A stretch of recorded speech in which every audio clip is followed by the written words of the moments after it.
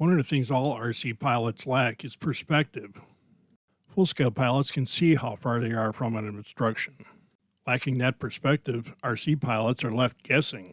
This is the RC Wingers flying field in Mooresville, North Carolina, and this is the club I fly with.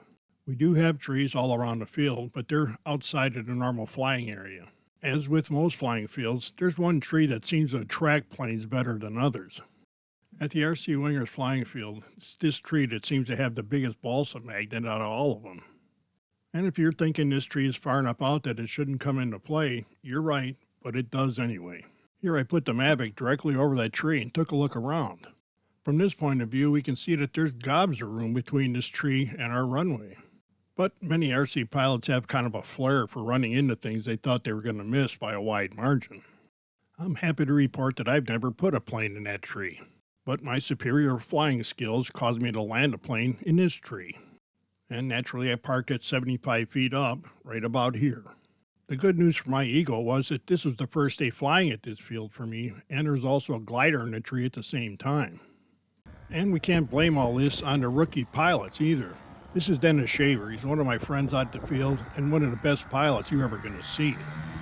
And this is Dennis's brand new Turbo Bushmaster. It's a 140-some inch wing. Dennis has flown by this tree hundreds of times without any issues. Of course, he routinely scares the crap out of me because I'm pretty sure he already flew into the tree, but he never did. Dennis will be one of the first people to tell you that all that experience doesn't mean that you're not going to make a mistake eventually. Shortly after this video was made, a few days later, Dennis was making some passes for a photographer. Dennis wanted to go a little farther out, so he made a better pass for the pictures. Being Dennis, he almost missed this crash. He did tag the left wing in the tree, and that sent it into the ground. Dennis crashes so rarely that this literally spooked people at the field. People were literally telling me that if Dennis could crash, what are they going to do? For starters, we can do what Dennis does now and stay farther away from the tree. And here Dennis shows the best way to avoid hitting a tree, and that's fly over it.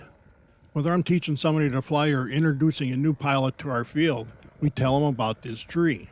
I point out that perspective alone won't prevent an unscheduled disassembly. Keeping some sky between your plane and the top of that tree will. I'm sure that Dennis has a much better sense of perspective than I do, so I'm going to do the smart thing and I'll put some sky between the tree and my planes. And whenever possible, I think that's a good plan for everybody because we only think we know how far out something is. And it's more fun flying when your plane comes back to you and you don't have to go out and get it.